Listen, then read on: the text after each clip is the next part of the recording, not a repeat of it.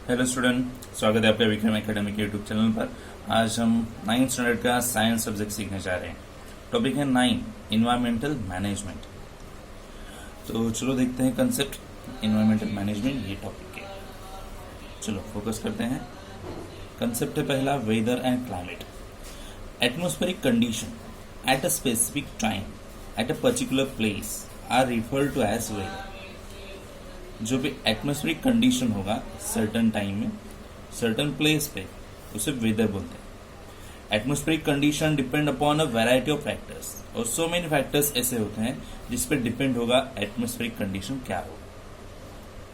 We frequently express our opinion about the weather by making statements. तो हमेशा हम कुछ ना कुछ एक्सप्रेशन देते ही है वेदर के रिलेटेड, स्टेटमेंट्स देते हैं, जैसे कि today it is too cold, आज बहुत ठंड लग रही है, it is very hot today. ऐसे कुछ ना कुछ कमेंट्स हम देते ही हैं जो वेदर रिलेटेड ही है। Okay, weather depends upon the prevailing condition of the air. अभी वेदर ये डिपेंड है जो भी कंडीशन ऑफ एयर रहेगी उस पर। The climate of a particular region is the average of daily readings of various weather related parameters recorded for several years. So particular region का climate कैसे होगा, तो एवरेज रहता है। जो भी डेली रीडिंग्स रहेगी वेदर रिलेटेड जो इसके पहले ली गई है सो मेनी डेज से, सेवरल ईयर्स से, उनका एवरेज ही बताता है कि वहां का क्लाइमेट क्या हो सकता है। Climate is a long term predominant condition of the atmosphere. Climate ये एक लॉन्ग टर्म प्रिडोमिनेंट कंडीशन है। ठीक है, वेदर रिलेटेड क्लाइमेटिक फैक्टर्स यहाँ पे दिए जिसका इफेक्ट होगा और जिस इफेक्ट की वजह से वेदर्स में चेंज दिखाई देता है, जैसे कि atmospheric pressure, sunlight, clouds, humidity, rainfall, visibility, temperature, ये कुछ फैक्टर्स है। ओके, अभी देखते हैं change in वेदर्स। Climate does not change continuously. Climate continuously change नहीं होता है। Climate is that which remains constant in a region for a long duration. Climate वो होगा जो certain period के लिए या फिर longer duration के लिए certain region में वो constant रहेगा। Okay, thus we see that weather is related to a specific location and specific time, whereas climate is related to a longer duration and longer area. तो हमें क्या पता चलता है, वेदर जो है स्पेसिफिक लोकेशन से या फिर स्पेसिफिक टाइम से रिलेटेड होगा, बट क्लाइमेट ये लॉन्गर ड्यूरेशन के लिए लार्जर एरिया में रिलेटेड होगा। चेंजेस इन द वेदर में occur for short period. Weather में होने वाले चेंजेस शॉर्ट पीरियड के लिए होंगे। Okay, whereas changes in the climate takes place slowly over a much longer duration. मतलब क्लाइमेट में होने वाले चेंज लॉन्गर पीरियड में होते हैं, इसलिए वो स्लोली होंगे। वेदर का चेंज शॉर्ट पीरियड में, क्लाइमेट का चेंज लॉन्ग पीरियड।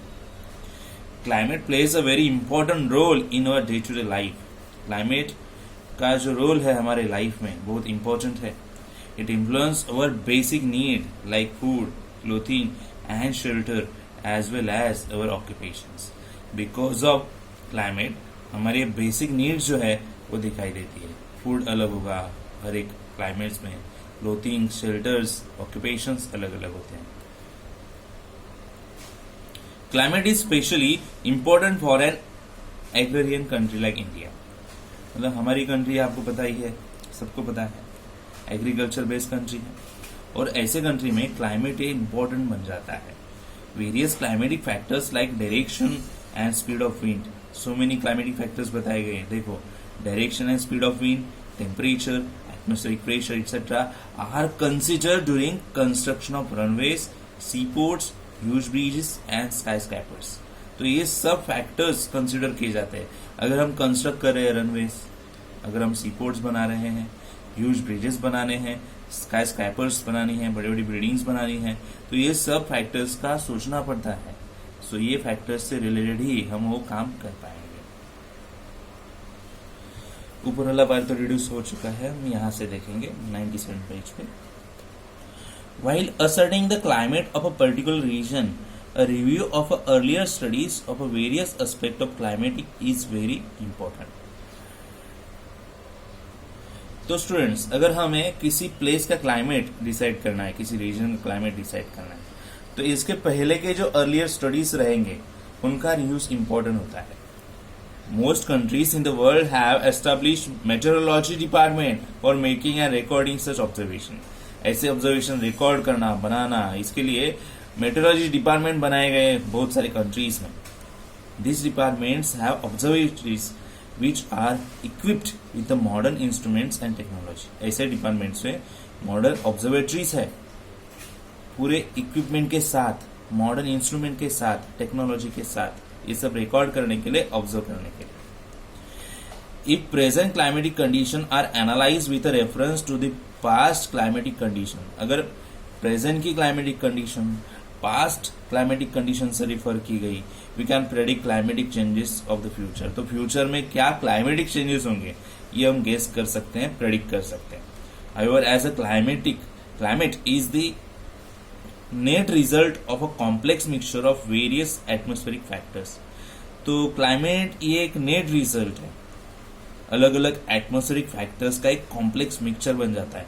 कितने सारे एटमॉस्फेरिक फैक्टर्स देखे अपने पता है, उनका सब वेरियस कॉम्प्लेक्स मिक्सचर जब बन जाएगा तब उनका रिजल्ट जो होगा वो हमें क्लाइमेट में दिखाई देगा. Forecasting it is very complicated and difficult, इसीलिए उनको फोरकास्ट करना बहुत डिफिकल्ट है, कॉम्प्लिकेटेड है. Forecasting is easy for place where climatic changes are slow. जहां पे क्लाइमेटिक चेंजेस स्लो हो रहे हैं वहां पे फोरकास्ट करना आसान होता है लिमिटेड टाइम के लिए. However where climatic changes are complex, जहां पे क्लाइमेटिक चेंजेस ही कॉम्प्लेक्स है, इंटरडिपेंडेंट है एंड रैपिड हो रहा है, स्पीडीली चेंजेस हो रहे हैं, तो वहां पे फोरकास्ट करना डिफिकल्ट हो जाएगा. नेक्स्ट कंसेप्ट है metrology. The science that studies the interrelationship between the various components of air, natural cycle, and geological movements of the earth and climate is called meteorology. देखो मेट्रोलॉजी का definition दिया है, ये एक studies करने का एक मेथड रहेगा. कैसा स्टडीज? तो इंटर रिलेशंस बिटवीन अलग अलग जो कंपोनेंट्स रहेंगे, जैसे कि air, natural cycles, geological movements of the earth and climate, इनका इंटर रिलेशनशिप जो रहेगा उनका स्टडी करेंगे. जो ऐसे मेथड्स रहेंगे उसे ही बोलेंगे metrology. Metrology includes the study of storms, clouds, rainfall, thunder, lightning, etc. Depending upon the study of such factors, weather forecasts are made. तो ऐसे ही अलग अलग फैक्टर्स पे डिपेंड रहेगा स्टडी, और उस पर ही डिपेंड रहेंगे हमारा weather forecast. They are useful to common people, farmers, fisheries, aviation services, water transport and various other organisation. तो ये ऐसा करना कहाँ यूजफुल है, देखो फोरकास्ट करना कॉमन पीपल के लिए, फार्मर्स के लिए, फिशरीज के लिए, एविएशन सर्विस के लिए, वाटर ट्रांसपोर्ट के लिए और अदर सो मेनी ऑर्गेनाइजेशन है, उनके लिए फोरकास्ट करना जरूरी बन जाता है, इम्पोर्टेंट बन जाएगा. ठीक है, अभी हम आगे वाला कंसेप्ट देखेंगे. India meteorological department. The India meteorological department was founded by the British in 1875 at Shimla. Its head office is at Pune and its regional office are at Mumbai, Kolkata, Chennai. तो मेट्रोलॉजिकल डिपार्टमेंट इंडिया में कब बनाया गया? ब्रिटिश लोगों ने बनाया 1875 में शिमला में. हेड ऑफिस पुणे में है और रीजनल ऑफिस कहाँ पे है? Mumbai, Kolkata, Chennai, Nagpur and Delhi. Maps are prepared every day which indicate the daily predictions about the weather. So maps बनाए जाते हैं एवरीडे के और इंडिकेट किया जाता है कि डेली प्रेडिक्शन क्या होगा weather related. Such maps are prepared and published twice in every 24 hours. ऐसे मैप्स बनाए जाएंगे, पब्लिश किए जाएंगे हर एक 24 आवर्स में. In this institute, research goes on continuously and various aspects like instruments for climate reading, predictions about climate made using radar, prediction about climate related to seismology, prediction regarding rainfall by satellites, air pollution, etc. तो कौन कौन से research और कौन कौन सी study यहाँ पे होगी ये बताया गया है. ठीक है. The India Meteorological Department provides important information regarding weather and climatic condition to other departments like aviation, shipping, agriculture, irrigation, marine oil, exploration and production, etc. तो इंडियन मेट्रोलॉजिकल डिपार्टमेंट जो है इंपॉर्टेंट इंफॉर्मेशन प्रोवाइड करता है weather and climatic related, जो other departments के लिए useful है। वो डिपार्टमेंट्स के सब नाम दिए हैं यहाँ पे। Prediction regarding calamities like dust storms, sandstorms, heavy rainfall, hot and cold waves, tsunamis, etc. are communicated to various departments, all types of mass communication media and all citizens. तो predictions किया जाता है अलग अलग कैलामिटीज के लिए। जो names दिए यहाँ पे कौन कौन सी कैलामिटीज जो होगी, कौन कौन से नेचुरल जो आने वाली calamities, dust storms, sandstorms, heavy rainfall, ऐसे एग्जाम्पल्स दिए यहाँ पे। उनसे रिलेटेड इंफॉर्मेशन होगी जो अलग अलग डिपार्टमेंट को, मास कम्युनिकेशन मीडिया रहेगा, उनको, सिटीजन्स को ये इंफॉर्मेशन पहुंचाई जाती है ताकि नुकसान कम हो और लोग पहले ही वहां से निकल जाए। For this purpose India has launch several satellites equipped with high class technology. और इसी पर्पज के लिए इंडिया ने लॉन्च किए सैटेलाइट्स जो हाई क्लास टेक्नोलॉजी से भरे पड़े हैं। Observatories at several locations are doing excellent work in the analysis of the information received from the satellite. और जो भी ऑब्जर्वेशंस अलग अलग लोकेशन से मिलता है, इससे बहुत अच्छा काम हो रहा है एनालिसिस का, और इंफॉर्मेशन रिसीव्ड हो रही है सैटेलाइट से, वो यूजफुल है और वो अच्छे तरीके से यूज की जा रही है प्रिडिक्ट करने के लिए। Monsoon model and climate prediction. The tradition of forecasting the monsoon season in India is older than 100 years. So, India में मॉनसून सीजन फोरकास्ट करना एक ट्रेडिशन बन गया है, 100 साल से भी पुराना। After the famine of 1877, H.F. Blandford, the founder of IMD, had made such prediction for the first time, taking the snowfall in the Himalayas as a parameter for this prediction.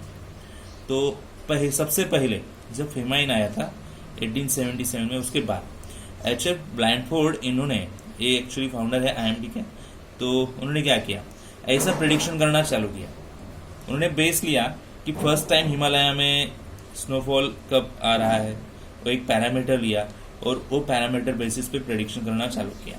In the decade of the 1930s, the then director of IMD, sir Gilbert Walker, had underlined the relationship between various worldwide climate factors and the Indian monsoon, and based on available observations and previous records related to this relationship, he put forth a hypothesis regarding the nature of the monsoon.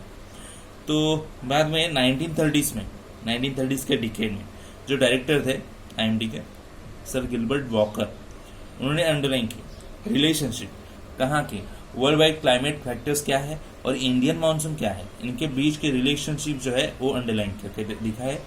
और उसी base पे उन्होंने observations बताए, previous recording देखी और relationship he put for hypothesis. उन्होंने hypothesis मतलब जो भी उनकी थ्योरी है उन्होंने आगे रखी अपने सामने, जो रिलेटेड होगी मानसून से।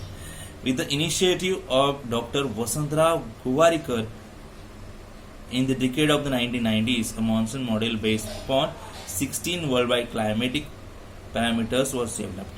So, इनिशिएटिव लिया था डॉक्टर वसंतराव गोवारिकर इन्होंने डिकेड 1990s में, और मॉनसून मॉडल बनाया गया जो 16 अलग अलग जो वर्ल्ड वाइड क्लाइमेटिक पैरामीटर से उनसे डेवलप हुआ था। This model was in use from 1990 to 2002। ये मॉडल यूज हुआ 1990 से लेके 2002 तक। आगे देखते हैं। Presently new models are being developed at the IITM। Work is in progress at 2 levels। तो अभी नए नए मॉडल्स बनाए जा रहे हैं IITM में, वर्क इन प्रोग्रेस है 2 levels पे, namely designing new models and developing new technology. नई टेक्नोलॉजी पे, न्यू मॉडल्स पे रिसर्च चालू है। The main focus is on development of the radar system and satellite technology. Main development कहाँ पे होना चाहिए उस पर फोकस चालू है, जैसे कि radar system and satellite technology. Mathematical model dynamic forecast are made with the help of mathematical models which take into account estimates of current weather, related events and ongoing physical interaction between them. So mathematical model में क्या कहा गया है, देखो forecast किया जाएगा with the help of mathematical models. So which take into account estimated of current weather related events. So यहाँ पे स्टडी क्या होंगे, करंट वेदर रिलेटेड इवेंट्स का और फिजिकल इंटरेक्शन के बीच में क्या है, उनके बीच का स्टडी। डाटा जो भी होगा करंट क्लाइमेटिक पैरामीटर्स का, ये मैथमेटिकली एनालाइज किया जाएगा परम सुपर कंप्यूटर की मदद से। Various mathematical models based upon daily geographic events are developed by super computer technology. तो ये सुपर कंप्यूटर टेक्नोलॉजी की मदद से ऐसे बहुत सारे वेरियस मैथमेटिकल मॉडल्स बनाए गए हैं, ये डेली ज्योग्राफिक इवेंट्स है। ठीक है, अब यहाँ पे दिया है होलिस्टिक मॉडल। ओके, देखते हैं। In this model prediction are based upon those parameters using other models. तो ये मॉडल्स में क्या कहा गया है, प्रेडिक्शन किए जाते हैं जो बेस्ड ऑन होंगे other parameters which have the greatest effect of the monsoon. Nowadays, prediction declared by IMD are the collective outcome of various models. जो भी predictions किए जाते हैं IMD से, ये collective outcome होता है अलग अलग मॉडल्स के स्टडी का, इसे कहा जाएगा होलिस्टिक मॉडल। ठीक है, और एक मॉडल बताया गया यहाँ पे statistical model. In this model current climatic observation in a regions are compared with earlier parameters. तो करंट क्लाइमेटिक ऑब्जर्वेशन जो है रीजन का, वो कंपेयर किया जाएगा अलग अलग अर्लियर पैरामीटर्स के साथ, such as oceanic temperature, atmospheric pressure and the nature of the monsoon rainfall of several years. This data is comparatively analysed by statistical methods. तो ये कंपेरेटिवली एनालाइज किया जाएगा, मेथड होगी statistical method, and prediction are made about the monsoon in the present condition. तो ये study करने के बाद प्रेडिक्शन किया जाएगा कि प्रेजेंट कंडीशन में मानसून की क्या सिचुएशन हो सकती है। ठीक है, तो स्टूडेंट्स, तो ये मॉडल्स हमने देखे अलग अलग जो यूजफुल होंगे प्रेडिक्शन के लिए, फोरकास्टिंग के लिए। ठीक है, आज के वीडियो में हम इतना ही स्टडी करेंगे, मिलेंगे अगले वीडियो में। ठीक है, तब तक के लिए गुड बाय, टेक केयर।